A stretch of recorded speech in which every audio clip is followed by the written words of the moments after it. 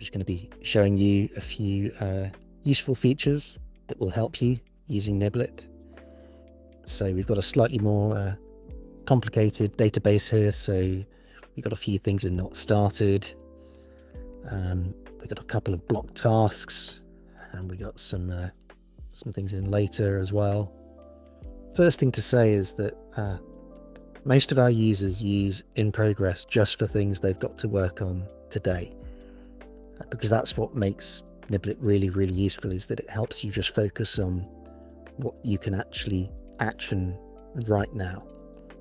So when I start my day, I'll go to not started and see what's ready to be moved to in progress, and I'll look at things in blocked and just see if there's anything that I can chase up, people I'm waiting on.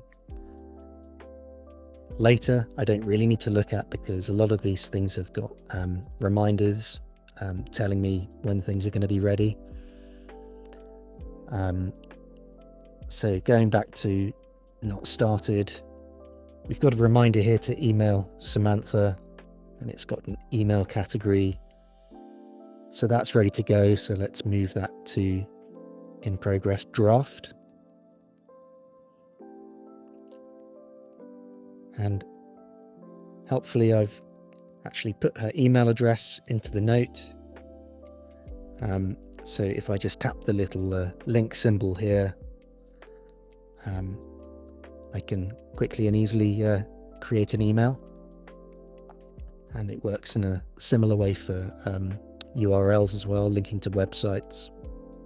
So that's really useful.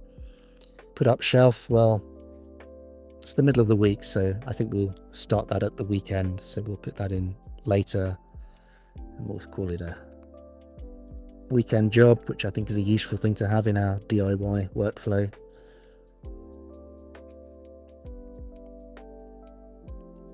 And we can give that a specific date, and we'll say that's going to happen on Sunday, and we'll set a delay.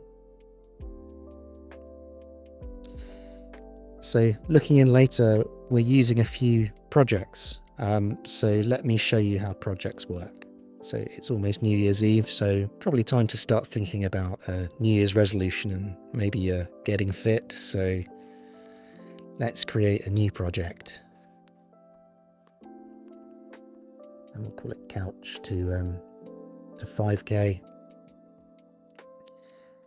And let's give ourselves a target the end of January. And we'll add it to Apple Calendar as well.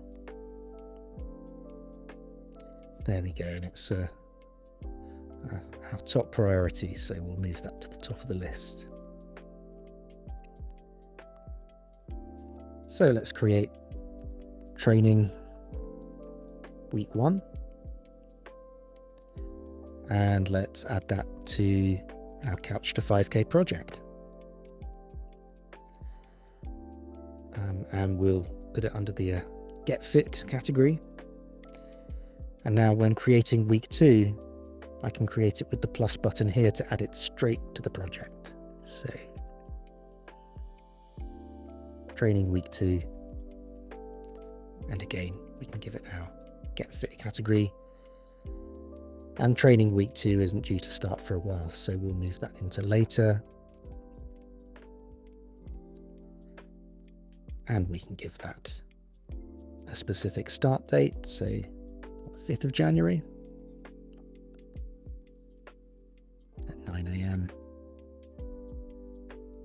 Set delay. And training week 1 is ready to start now, so we can move that to in progress. No more excuses. So you can see on the footer of the project it says also in, because now this project is split between multiple tasks. So if I tap the yellow 1, that takes me to training week 2, and in the same way in the footer of training week 2 I have a blue 1, which will take me back to our in progress tasks. And if that's getting a bit too depressing to look at, I can always just collapse the task here to hide it so I don't have to look at it. And this can be done in all tabs if you just want to tidy things up, just so you can focus. These can be expanded as and when you need them. Going up to our settings menu, we also have a backup and restore feature. So Nyblit uses iCloud, so if you've got an iCloud account, you should use that just to keep everything not only in sync if you have multiple devices, but also safely backed up. But if for any reason you want to do your own personal backup, we absolutely support that. So you can export a backup file, and you can even encrypt it with a password. And if for any reason you ever need to restore, you can choose a backup file and you can restore it right here. We also have filters. So if you're looking at what you've got to do today, we could tap filter and we could just focus on one thing, getting fit. And then if you want to clear your filters, you just tap clear filters. So going back to the settings menu, you can adjust the theme. So if you set it to system, it will just follow your system theme. Dark and light mode. We've also got various things in general, so shake to undo. If you accidentally delete a task, if you shake your phone, you can recover it. Haptic feedback, which I like to keep turned on, just a confirm before delete safety feature as well. We also have a default tab to start in, so if you move away from the app, when you come back to it after 5 minutes, you can say which tab you want to move back into.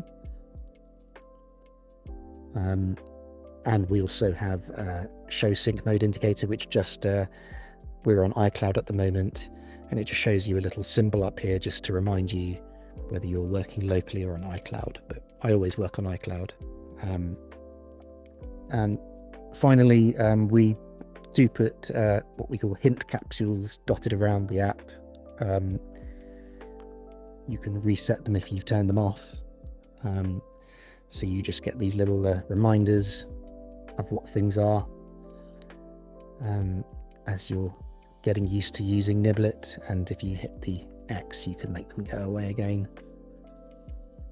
That's a good overview of Nyblit. We've got so many more features we still want to release, and we'll add more tutorial videos here. We've got shared tasks coming up. That's a big priority for us at the moment. So we'll add a video here when that's ready and show you how it works. We hope you're enjoying using Nyblit, and as ever, please reach out via the app. Just hit contact developer and you can email me personally. I read everything, so please do send me any comments, complaints, praise, anything you like.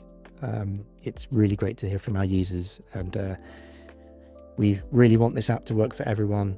So please stay in touch and be part of our little Nyblit community.